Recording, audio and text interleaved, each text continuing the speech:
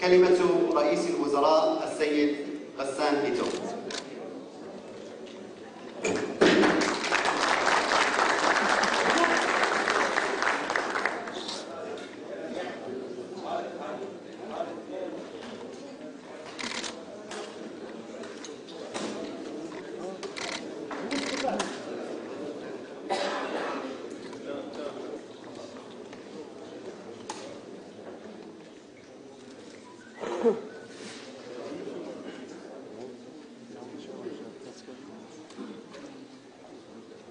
عذرا، كلمة رئيس الائتلاف الوطني السوري الأستاذ أحمد معاذ الخطيب.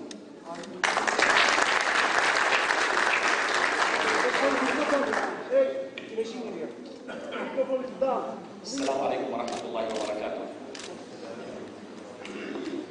طبعا أبدأ باحترام الشديد لأرواح شهدائنا والإجلال العظيم لأسرانا ومعتقلينا ومهجرينا ونسائنا وأطفالنا في المعتقلات وفي المهاجر، ولشعبنا العظيم في الداخل الذي صمد صمودا أسطوريا في وجه آلة الدمار والتخريب غير المسبوقة في حياة البشر.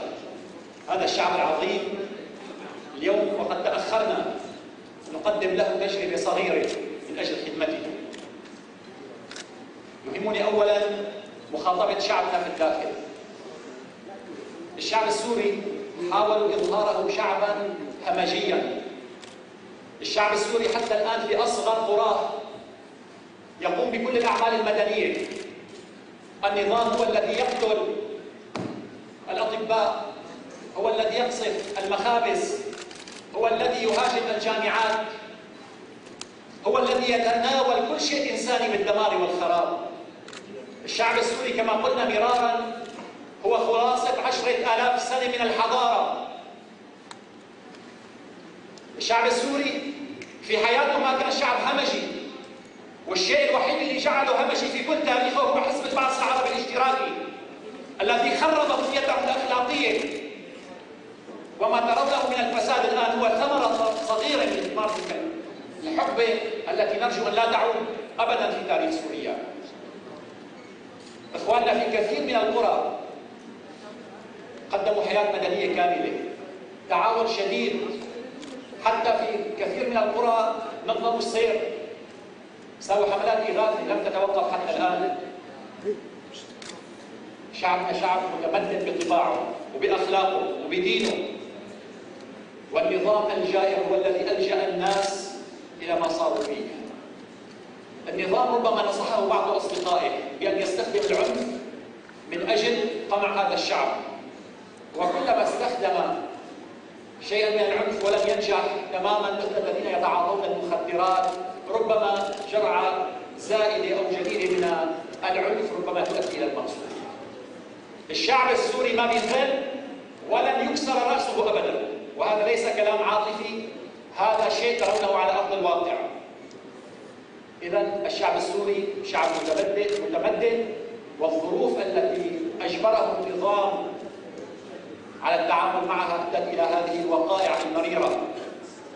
صار هناك أراضي كثيرة بحاجة إلى الضبط، مناطق كثيرة بحاجة إلى سلطة، هناك عصابات، نعم نقول هناك عصابات أنتجها النظام خلال تخريبه للبلد خلال 50 سنة، تسرق وتنهب وتعتدي، ونحن براء من كل ذلك وندينه بكل الأشكال ونرفضه.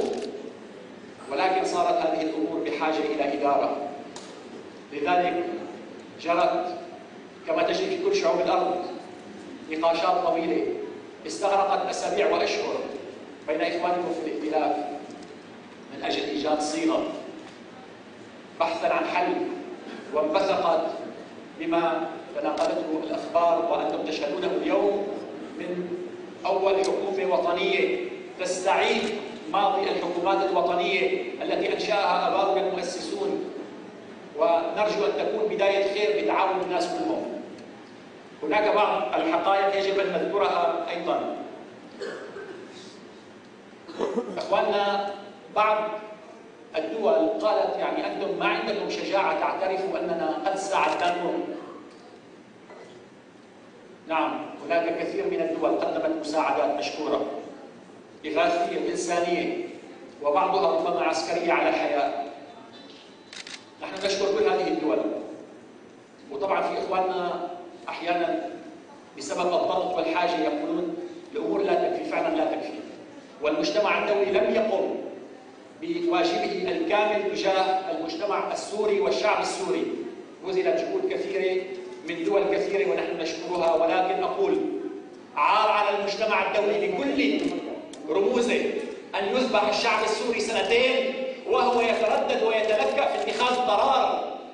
عار على المجتمع الدولي وعلى الدول الكبرى والصغرى أن تشهد قتل الشعب السوري وأطفاله ونسائه وقصف كل بنيته التحتية، والمجتمع الدولي يتفرج. نحن شعب لا يضحك علينا. يوم تصريح يعني ربما نفكر، ربما نمن، ربما نعطي، ربما نمنع النظام. أنا أقول للشعب السوري في الداخل لا تثق بأي دولة، ثق بالله تعالى كما انطلقت في أول يوم وأنت تقول يا الله ما لنا غيرك.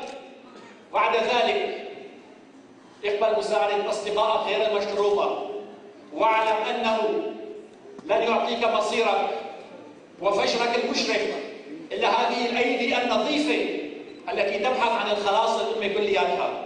لا تعتمد على أحد. الشعب السوري شعب حي، شعب شجاع. لا تنتظر الوعود.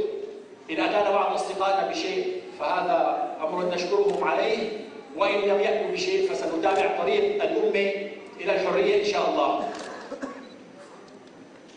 الشعب السوري حتى الآن بذل شديد، وأنا أكرر ما ذكرته في مؤتمر روما. يا أخواننا، قد يوجد بعض المجموعات التي يدندنون عليها في الليل والنهار.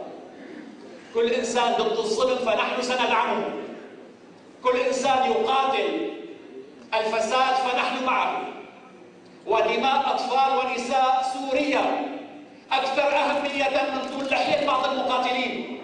كفى ضحك علينا. أقول بكل صراحة كلنا شعب واحد، ولن نرضى أن يقصف إنسان واحد يحمل سلاحه ضد الظلم.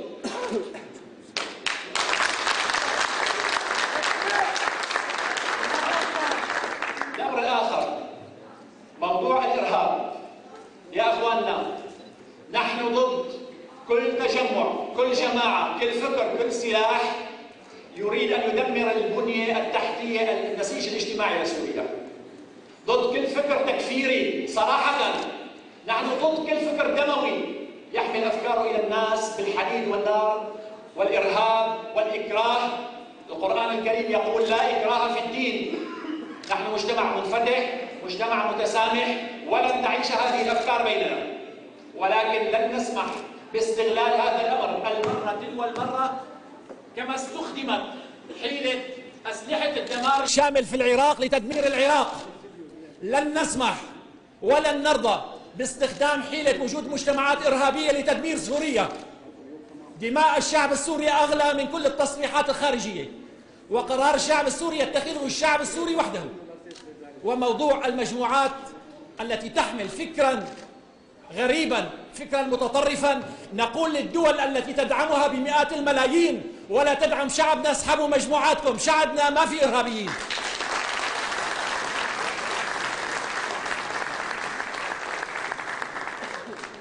دماء الناس أغلى علينا من كل شيء. في شباب مثل الزهور عم بيدفعوا دفع إلى بلادنا لتتخلص منهم بلادهم. عم بعلن بصراحة، هناك أشخاص أتقياء أبرياء أنقياء مخلصين إخلاص شديد وضعوا أرواحهم في أكفهم من أجل الدفاع عن هذا الشعب العظيم المظلوم المذبوح. هناك دول تدفع مئات الملايين من أجل أن تأتي هذه المجموعات إلى بلادنا لتتخلص منها، لا حبا في سوريا ولا حبا في الجهاد.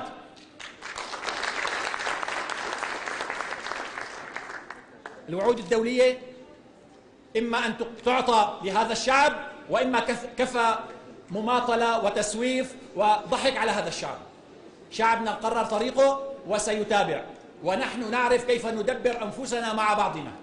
الشعب السوري إذا ابتعدت الأيدي التي تحاول تغيير خطه سيجد طريقه إلى حريته بأسهل وقت، هناك معركة كسر عظم في بلادنا إقليمية، هناك معركة كسر عظم في بلادنا إقليمية ودولية.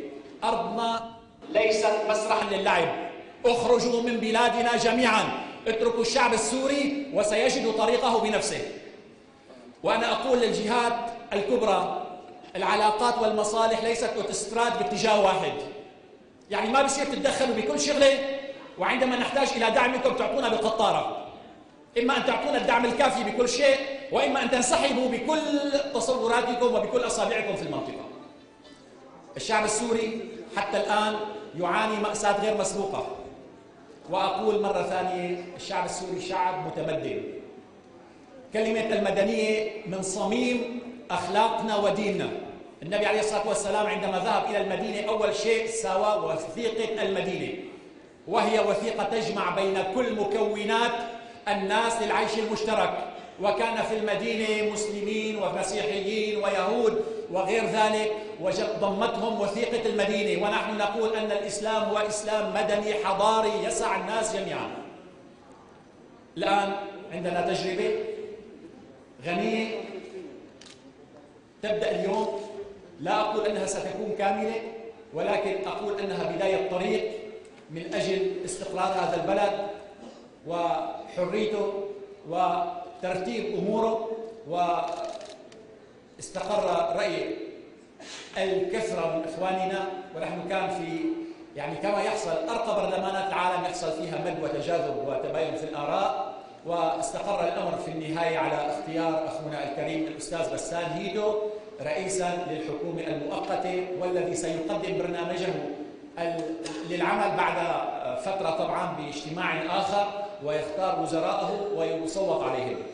أرجو للشعب السوري المزيد من الكرامة والحرية، وأن يعيش بسلام وأمان، وأن يخرج من هذه المحنة وهو أقوى عودا. والشعب السوري ليس شعبا ضائعا، الشعب السوري ممتد في كل العالم وسيبني سوريا مرة ثانية. وأتمنى لأخي الكريم كل التوفيق، وكلنا معه إن شاء الله من أجل مستقبل واعد. وشكر الله لكم جميعا، وأهلا وسهلا بكم.